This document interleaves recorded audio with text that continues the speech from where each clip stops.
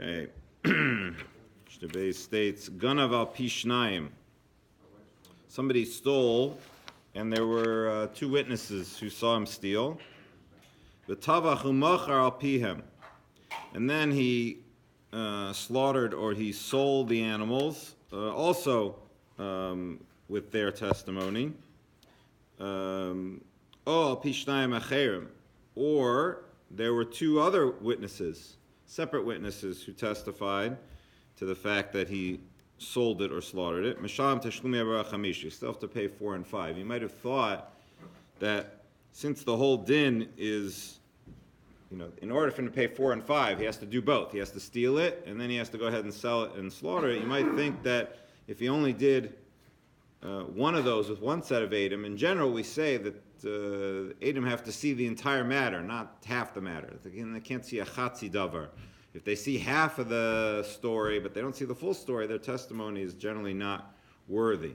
But over here, basically, what the Mishnah is telling us is that each, since basically the fact that you're able to have a witness who says that they stole it, and that would be something worthwhile on its own. Therefore, then you can have a separate you can have a separate group of witnesses who see the slaughtering or the selling in order to make this work. Ganav u'machar b'Shabbos. So if he stole it and then sold it on Shabbos, Ganav u'machar la'avodah zarah. He stole it and then he sold it to somebody to use for idol worship. Ganav v'tavach b'Yom Kippurim. Or he stole it and he slaughtered it on Yom Kippur.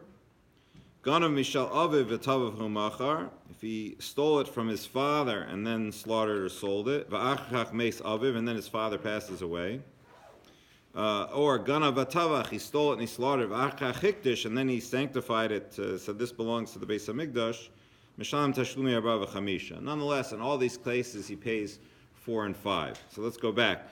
On Shabbos, of course, you're not allowed to steal any time. You're certainly not allowed to do mekach or memkar on Shabbos, but it's not punishable. It's a rabbinic violation. It's not punishable by Torah law. If you slaughtered it on Shabbos, so then since you'd be responsible for the death penalty, therefore you would not. You would kimlev and ramine. You get the punishment that's the stronger one, the worse one, and therefore you wouldn't have to pay if you're getting punished with the death penalty, even if you did it by accident, meaning b'shogeg, you didn't know it was Shabbos, or you didn't know you couldn't do that on Shabbos. Since the entire nature of the act of slaughter is one of the 39 malachos, is something that's punishable by death, even if you do it by accident in such a way you wouldn't be punishable by death, that's enough to say, we're not going to give you both punishments, so therefore you would be exempt. Or for avodah zarah, if you slaughtered it for avodah zarah, that would be the same thing. That's also punishable by a death penalty for slaughtering to an idol worship. So to sell it to avodah zarah, that's not to be used for avodah zarah, that's not punishable by death.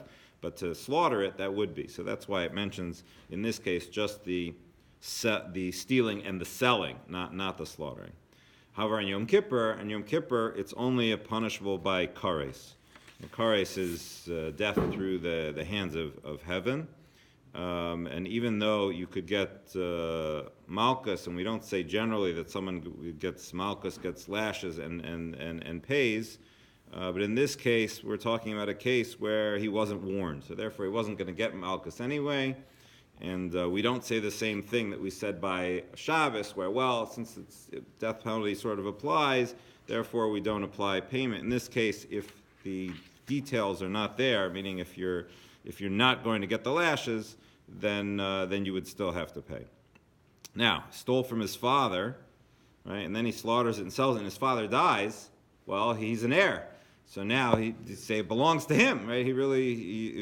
So why should he have to pay 4 and 5? And the approach is no, he has to pay his brothers 4 and 5, since at the time that he stole it and slaughtered it or sold it, his father was alive, and therefore he owed the estate 4 and 5 times. And he has to pay his brothers, and he doesn't get a portion. However, if the father died before he slaughtered it or sold it, then really at the time that he did that, he had a portion in the animal, and therefore he doesn't have to pay 4 and 5. And finally, if he sanctified it to the Beis Hamikdash, he still has to pay 4 and 5 because he was already responsible for the payments before he went ahead and sanctified it. Now, ganav atavach l'rafua o l'chlavim, if he stole it and slaughtered it in order to, somebody is ill and they need to be able to have this meat in order to survive, or he slaughtered it for the dogs, hashochev v'nimtza treifa, or if he slaughtered it and turns out it was really a treifa, it wasn't edible, hashochech chulin bazara, and if he slaughtered unsanctified animal in the courtyard of the Beis Hamikdash, Meshalim Tashlumi Abar Chamish, he still pays 4 and 5. You might have thought in all of these cases that really, you need the slaughter to be something that could be eaten.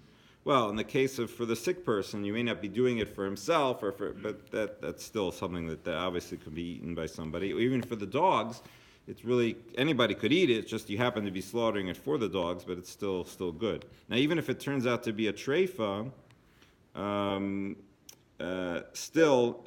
basically the shchita itself, there was nothing wrong with it. It just turns out there was something wrong with the animals. Therefore, the Gemara assumes that's okay. And so too with the chulin and the azar, even though you can't eat it, but at the time that you slaughtered it, there was nothing inherently wrong with it. The Gemara goes on to say that that's only according to one opinion, that it's only asr b'hana, it's only forbidden to enjoy something that was slaughtered in the Beis Hamikdash on a rabbinic level.